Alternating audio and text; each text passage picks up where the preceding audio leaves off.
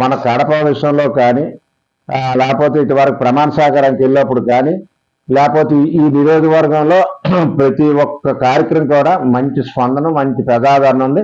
అలాంటిది some area లాంటి ఈయన ఏది చేస్తారని మేము అనుకున్నాం కానీ మరిపించి కార్యక్రమం చేశారు కాబట్టి సుధాకర్ గారు మాట ముందుకు వెళ్తారు కానీ ఇంకా మంచి మంచి పదవులు పొందుతారని మనస్ఫూర్తిగా కోరుకుంటారు సుధాకర్ గారిని. అలాగే ఎమ్మెల్యే గారు కూడా ఈ కాన్స్టిట్యూషన్ తగ్గట్టు ప్రాంతాలతో ఎమ్మెల్యే తగ్గ ప్రజలు ఎమ్మెల్యే గారు కూడా బాగా స్పందించి మంచి అవకాశాలు ఇచ్చి పనిచేస్తారు ఎమ్మెల్యే గారు కూడా.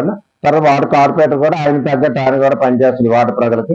అందుకే ఉమ్మడి పార్టీ అన్నప్పుడు రాబోయేసరికి అందరూ ఒక మాట మీద కార్యక్రమం చేస్తారు. సుధాకర్ గారు నిన్న ఈ కార్యక్రమం మట్టుగా చాలా కష్టపడ్డారు, చాలా పని చేశారు, చాలా జనాల మట్టుగా తరలించి అయితే తెల్లవారులు పడుకోలేదు. ప్రతి వార్డులో అలా తిరుగుతూనే ఉన్నారు ఎమ్మెల్యే గారు కానీ సుధాకర్ గారు కానీ.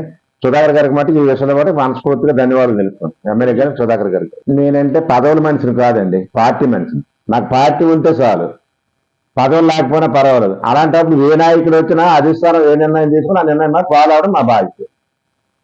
ఆయనకి మాకు ఉన్నది మట్టుగా రక్త సంబంధం ఫస్ట్లో కాదన్న తర్వాత మట్టుగా అంచెలంచెలు ఆయనకి మనకి బాగా దోస్తాయి. మనం ఏది చెప్తే అది కాదు అనకంటే అన్ని పనులు చేస్తున్నాడు కాబట్టి ఆయన మనస్తత్వం బాగుందని మాకు కూడా ఆయన మీద మంచి అభిప్రాయం ఉంది. ఇప్పుడు రక్త సంబంధాలు అంటే మాకు ప్రజల్లో మటు నిన్న మేమైతే ఆ బస్సులు పెట్టి జనాలు చూస్తే ఇటు పండగనే ఊరు పండగలు కూడా జనాలు రారు, ఈటి జన సమీకరణ అని మేము చాలా ఆనందాలు పడ్డామండి. ఇంత జన సమీకరణ అవసరం ఎవరు ఊహించుకోలేదు. అనుకున్న టార్గెట్ మించిపోయారు కాబట్టి మా వాళ్ళు కూడా నాయకులు కూడా మా కాన్స్టిట్యూషన్ లో 40,000 జనాభా అనుకున్నారు, కనీసం 60,000-70,000 జనాభా ఒక కాన్స్టిట్యూషన్కి వెళ్ళిపోయారు ఒక్క దక్షిణ రోజు వరకు. అలాంటి ఎప్పుడు ఏ నాయకుడికైనా ఏ కుటుంబీకుల్లో అయినా ప్రజా ఆదరణ ఉంటేనే నాయకత్వం. ప్రజా ఆదరణ లేకపోతే మనం ఎంత నాయకులు, ఎంత గొప్పలు, ఎంత పోటుగోలు అయినా సరే పనిచేసే పరిస్థితి ఉండదు.